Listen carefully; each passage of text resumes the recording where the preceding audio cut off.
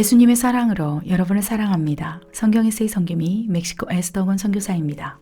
지난 성경 에세이 기도와 중보 세 번째 시리즈에서 서원 기도의 4가지 종류와 내가 한 서원이 쌍방 계획인지 일방 계약인지를 살펴보았습니다. 오늘은 그 후속편으로 서원 기도를 지키지 않는다면 어떻게 되는지와 서원을 지키지 못해 곤란을 당하고 있을 때 대처하는 방법에 대해 함께 나눠보려고 합니다. 신앙생활을 하다 보면 여러 가지 문제에 부딪히게 되는데 그중 하나로 서원을 들 수 있겠습니다. 서원이 무엇인지 잘 알지 못한 상태로 너무 쉽게 서원을 하기 때문이지요. 서원을 지키지 못했을 경우 오히려 그 서원에 묶여 괴로워하는 사람들이 적지 않습니다. 중압감을 이기지 못하고 교회를 떠나는 사람도 보았습니다. 여러분 주변에도 서원 기도로 인하여 고통을 당하고 계시는 분이 있으신지요? 혹시 여러분이 그러하신 것은 아니신지요? 저는 제 인생에서 2번의 서원을 올렸는데 10여 년 전 첫 번째로 이렇게 서원했습니다. 하나님 아버지, 제가 만약 지옥에 떨어지는 죄를 짓는다면 구원받을 믿음이 있을 때 바로 즉사시켜 주시옵소서. 교만하기 전에 저를 데려가 주시사 천국을 잃지 않게 하소서. 이 서원의 증인은 바로 하나님이시지요. 지옥의 참상을 보고 난 후 지옥에 떨어질까 거룩함 두려움 속에서 서원했던 것입니다.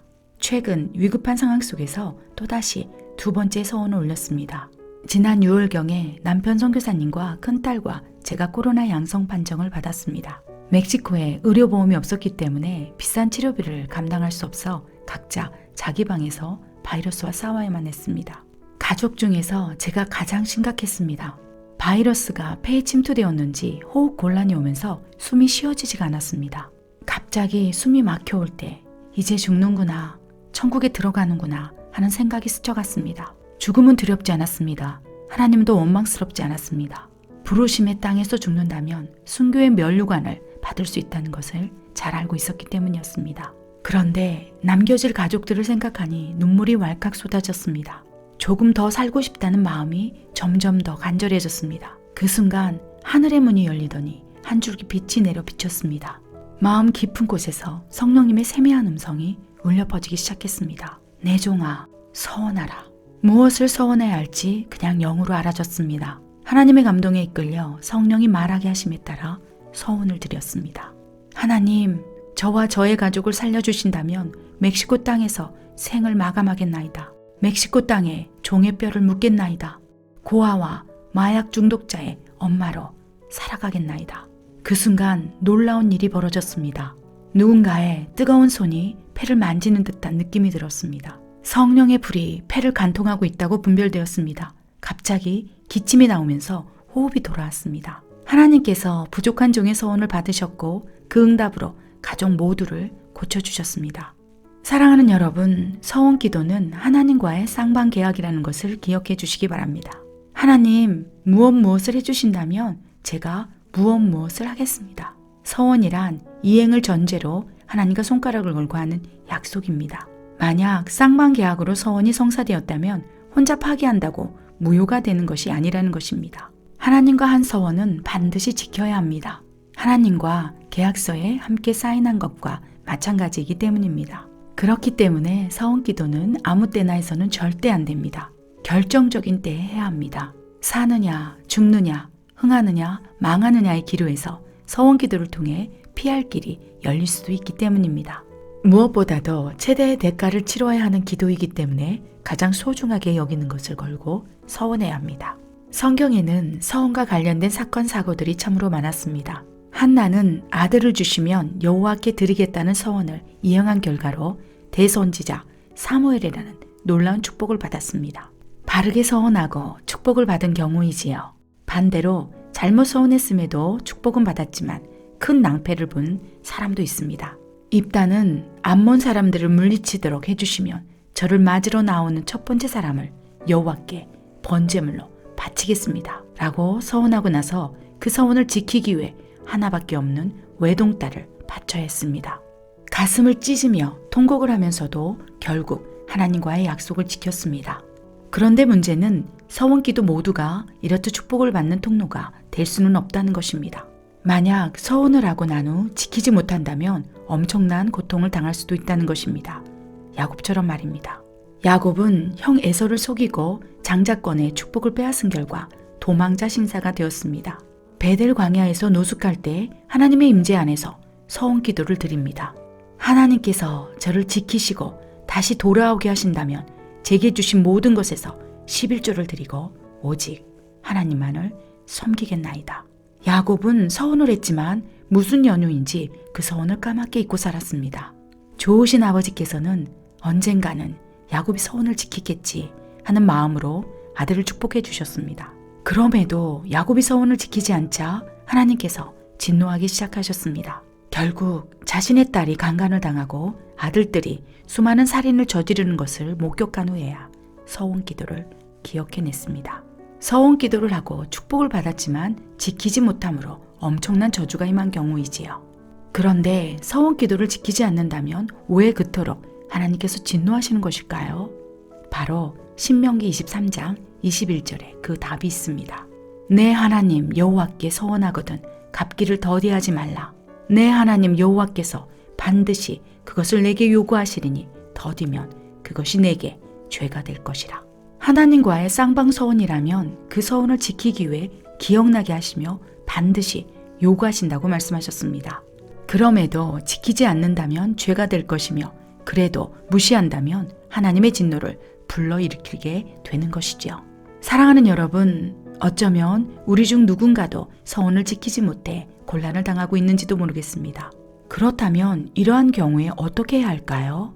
하나님께서는 서원을 지키지 못해 곤란을 당하고 있는 야곱을 내버려 두셨을까요? 아니요, 그렇지 않습니다. 하나님께서는 야곱에게 말씀하셨습니다. 사랑하는 아들아, 일어나 베델로 올라가서 거기 거주하라. 내가 내 형 에서의 낯을 피하여 도망칠 때 서원을 드렸던 그때로 돌아가자. 그때 내게 나타났던 하나님께 거기서 제단을 쌓아라. 서원을 망각함으로 곤란을 당하고 있는 야곱을 불쌍히 여기사 다시 초심으로 돌아가라. 그리하면 회복시키리라 라고 말씀하고 계신 것입니다.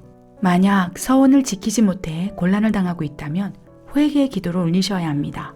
용서를 구하셔야 합니다. 서원을 올렸을 당시에 초심으로 돌아가 하나님 앞에 납작 엎드리십시오. 이미 오랜 시간이 흘러 서원을 지키지 못할 상황이라면 파기하는 기도를 올리십시오. 살려달라고 매달리십시오. 하나님께서는 서원을 지키고 아니 지키고의 문제보다 아버지와의 약속을 잊어버리고 살고 있는 자녀들의 믿음이 더 문제라고 말씀하십니다. 자녀의 연약함을 잘 아시는 아버지께서 우리가 감당할 수 있도록 피할 길을 열어주실 것입니다. 하나님 앞에 엎드릴 때 야곱처럼 회복시켜 주실 것입니다. 지금 이 순간 7가지 체크포인트를 통해 스스로를 점검해 보시기 바랍니다. 첫째, 서원을 했는지 하지 않았는지 분별해 보십시오. 둘째, 서원을 했다면 무엇을 서원했는지 기억하십시오. 셋째, 서원을 했다면 무엇을 지켜야 하는지 묵상해 보십시오. 넷째, 서원을 했다면 하나님과의 쌍방계약이었는지 일방계약이었는지를 분별하십시오. 만약 쌍방계약으로 서원 이후에 응답을 받으셨다며 파기하기가 어렵습니다. 지난 성경 에세이에서 나눈 것처럼 일방계약이었다며 파기할 수도 있습니다. 분별이 잘 되지 않는다면 기도하면서 성령님의 감동을 받으시기 바랍니다. 다섯째, 서원했지만 지키지 못했다면 회개하며 자비를 구하십시오. 여섯째, 서원했다면 서원을 망령되이 여기지 말며 하나님을 두려워하십시오. 마지막으로 서원을 지키고 싶다면 하나님을 신뢰하고 서원을 지킬 수 있게 해달라고 간절히 구하십시오. 사랑하는 여러분, 사람끼리 한 약속도 지켜야 합니다. 약속을 무시하고 대수롭지 않게 여기는 사람을 믿고 신뢰하기는 참으로 어렵습니다.